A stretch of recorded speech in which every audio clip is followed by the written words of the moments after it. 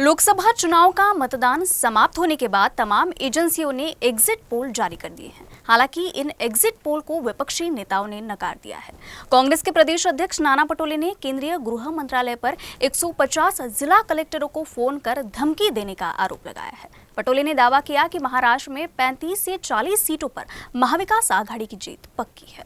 आणि काँग्रेस पक्षाने तोच निर्णय केलेला आहे की 4 तारखेला आमचे सगळे उमेदवारांना, आमच्या आघाडीच्या उमेदवाराला मी तुमच्या मीडियाच्या माध्यमातून आवाहन करतो की शेवटचं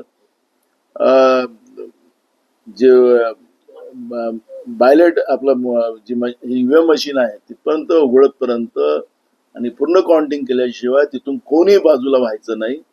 कारण की जे काही निकाल येतात, जे काही आमचा जो सर्वे आहे, जनतेच्या मनातलं जे आहे, काही ठिकाणी एकदम आखाड्याच्या लढाया होतील आणि ज्या पद्धतीने केंद्रीय गृह मंत्रालयाने जिल्हा अधिकाऱ्यांना डायरेक्ट फोन लावून 150 कलेक्टरांना फोन लावून ज्या पद्धतीने धमकवलेलं आहे, ते याचा अंदाजच असा आहे की केंद्रातलं नरेंद्र मोदीचं सरकार जाते आहे आणि कसं तरी जनमतावर डाका कसा टाकता येईल त्याचा प्रयत्न भाजप करते आहे, ही त्याच्यातून स्पष्ट होते आहे।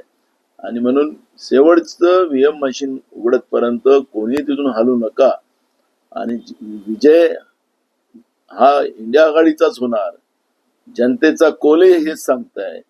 त्यामुळे हे जे काही दिशाभूल करण्याचं जे काही आता एक्झिट पोल दाखवलं जात आहे त्याला कोणी घाबरायचं नाही।